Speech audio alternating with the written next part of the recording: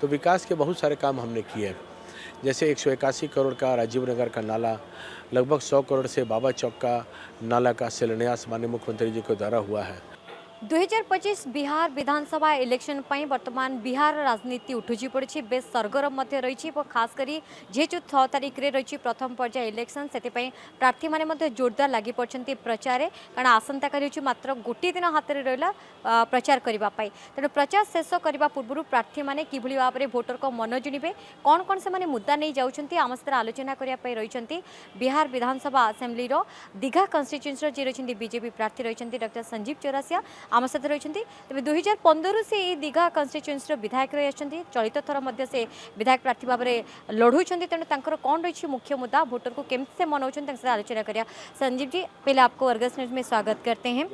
2015 से आप विधायक रहे हैं, 2025 में भी आप चुनाव लड़ रहे हैं, इस बार क्या मुद्दा लेके आप वोटर के पास जा रहे हैं? निश्चित तौर पर पहले तो केंद्रीय नेतृत्व और एनडीए के सभी नेतृत्वगण को बहुत बहुत बधाई देना चाहता हूँ और अभिनंदन करता हूँ दीघा के जनता के तरफ से। और दीघा की जनता ने जो विश्वास व्यक्त किया है कि 2015 से एक विकास के क्रम में जो मेरा योगदान हो पाया इस विधानसभा में, ये बहुत ही अनुकरणीय अपने अपने प्रकार से है। 2015 के पूर्व दीघा विधानसभा का जो अस्तित्व आया परिसीमन के बाद, तो विकास के बहुत सारे काम हमने किए। जैसे 181 करोड़ का राजीव नगर का नाला, लगभग 100 करोड़ से बाबा चौक का नाला का शिलान्यास माननीय मुख्यमंत्री जी के द्वारा हुआ है। लगभग 80 करोड़ के लागत से 22 किलोमीटर के आरसीडी का सड़क का निर्माण, और साथ ही साथ 1024 एकड़ का एक बड़ा और गंभीर विषय लगातार यहाँ पर जनता के बीच में रहा है। वहाँ पर मालिकाना हक का सवाल है, मुआवजा का सवाल है, खाली ज़मीन की सवाल है। तो उसके लिए सतत हमने संघर्ष किया। चलते हुए गोलियों के समय भी मैंने खड़ा रहने का काम किया।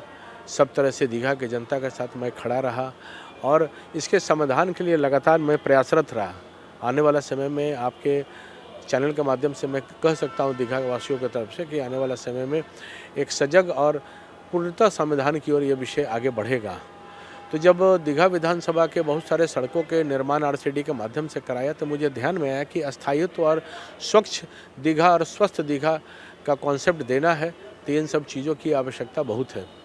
संजीव जी, आज योगी जी भी वही बात बोले, ये बात तो पूरा एकदम दीघा में फैल गया है कि मुद्दे को आपने उठाए कि पक्का रजिस्ट्रेशन होगा बोल के, उसको आप कैसे सॉल्व करोगे कि मतलब कि वो गारंटी पूरा हो पाएगा? गारंटी पूरी तरह से इसलिए भी है कि 1024 वाला विषय पर जो हमने सदन से सड़क तक संघर्ष भी किए हैं, धरना किए हैं, प्रदर्शन किए हैं, और साथ ही साथ जो एक आग्रह का विषय रहा है, सरकार ने लगभग इसके समाधान के दिशा में पहल करके काम को पूरा कर लिया है। आचार संहिता में मामला कुछ फंस गया था मॉडल कोड ऑफ कंडक्ट में, तो मैं आश्वस्त करता हूं कि फिर से इस दिशा में पहल करके एक रास्ता निकालने का काम होगा और जल्द से जल्द इसके समाधान की प्रक्रिया को हम पहल करेंगे और पूर्णतः समाधान इस समस्या को हम करेंगे। मगर यहाँ के लोग बोलते हैं कि आप ज़्यादा टाइम अपनी कंस्टिट्यूंसी में बिताते नहीं, तो फिर कैसे पूरा होगा? वहाँ जिनको ध्यान में नहीं आता है, नहीं बिताते, तो ऐसे लंबी सड़कें हैं, चाहे सड़कों का निर्माण है, लगभग 300 से ज़्यादा सड़कें हुए हैं और इतने इतने कालीकरण सड़कें को हुए हैं, तो कॉन्स्टिट्यूंसी में नहीं बताते तो कैसे होता? सबसे ज़्यादा आयुष्मान भारत है, राशन कार्ड है, श्रम कार्ड है, सब इस क्षेत्र में बने हैं। तो स्वाभाविक रूप से जो विकास के क्रम है, जो विपक्ष के बहुत सारे पैमाने हैं, जो और प्रत्याशी यहाँ विपक्ष के हैं जिनकी सामाजिक पृष्ठभूमि की भी चिंता और चिंतन करने की आवश्यकता है।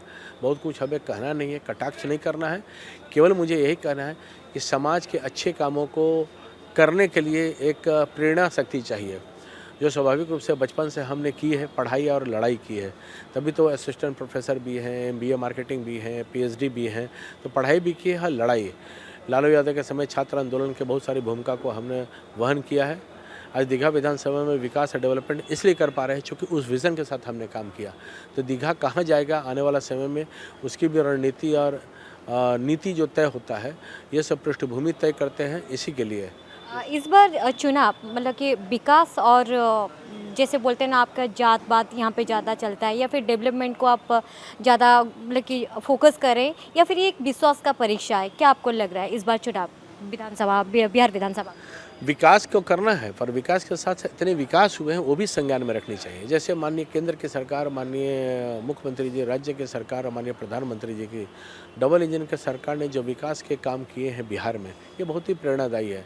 IGMS में देखेंगे, अटल पथ देखेंगे, आप गंगा पथ देखेंगे, सब बड़ी बड़ी योजनाएं जो हुए हैं दीघा विधानसभा में यही हुए हैं। तो स्वाभाविक रूप से वो विकास और डेवलपमेंट जो है 125 यूनिट का फ्री बिजली, राशन, आयुष्मान जो भी सरकार को मिल रहा है, तो लगातार केंद्र और राज्य की योजना के पहल से मिल रहा है। जीविका दीदी के जो राशियाँ मिली है ये भी आपके संज्ञान में है। तो स्वाभाविक रूप से हम इस नेतृत्व को समझते हैं कि सबसे सजग और अस्थायी विकास की ओर अगर दीघा बढ़ा है तो वो केंद्र और राज्य के एक अस्थायी समाधान की ओर बढ़ने का काम हुआ है। अगर ऐसे बात किया जाए तो फिर लोग बोलते हैं कि बिहार का इस बार का जो मुद्दा था सबसे रोजगार और पलायन, तो फिर प्रधानमंत्री भी जो आरा में भी कल बोले हैं कि बिहार को विकसित बिहार बनाएंगे, यहाँ पे टेक्सटाइल हब होगा और बिहार के युवा बाहर नहीं जाएंगे रोजगार के लिए, यहीं पे रोजगार मिलेगा। ये वादा आप लोग कैसे पूरा करोगे? क्योंकि देखिए कॉमन मैन को तो सिर्फ अपनी सुविधा चाहिए, जो उनका जो हक है, पानी हो, सड़कें हो, बिजली हो, रोजगार हो, उन्हीं को चाहिए। तो फिर उस पर आप कैसे काम करोगे? आज हर समाधान इसलिए है कि कहीं भी सरकार से होता नहीं है व्यवधान, तभी तो है समाधान। पूर्व के सरकार ने लैंड फॉर जॉब यानी कि ज़मीन दीजिए, नौकरी लीजिए, केसेस कैसे चल रहे हैं बताने की आवश्यकता नहीं बिहार के लोगों को। एनडीए के सरकार ने 1 करोड़ के वायदे किए हैं, 50 लाख से ज़्यादा नौकरियां दे दी हैं, आने वाला समय में और देगी। रोज़गार के लिए, भत्ते के लिए, नौजवानों को जो राशियां तय किए हैं, तो अनेक प्रकार के सुविधाएं स्टार्टअप के लिए अभी घोषणा पत्र भी हुआ है और सरकार ने जो सब्सिडी के रोज़गार के लिए, इंडस्ट्री के लिए जो पॉलिसी बनाए हैं उसमें रोज़गार सृजन बहुत बड़ी संख्या में होगी। तो स्वाभाविक रूप से रोज़गार सृजन के बाद जो सरकार ने तय किया है उसको हम आगे बढ़ाने का भी काम कर रहे हैं। और बिहार जो आगे बढ़ा है, यानी कि जो पहले के लालटेन युग अब देखते हैं, पहले का जो जंगल राज जो देखते हैं, उस प्रकार के लौटने का क्रम से अगर थोड़ा सा भी मन में अगर भाव आता है तो लोगों को लगता है कि पुरानी दिन जरूर निश्चित तौर पर याद रहेगी। तो आज आपसे यही कहना चाहिए कि आने वाला समय में एनडीए के विश्वास के साथ जनता ने आगे बढ़ा है और आगे बढ़ते रहेगी। बहुत बहुत धन्यवाद संजीव जी।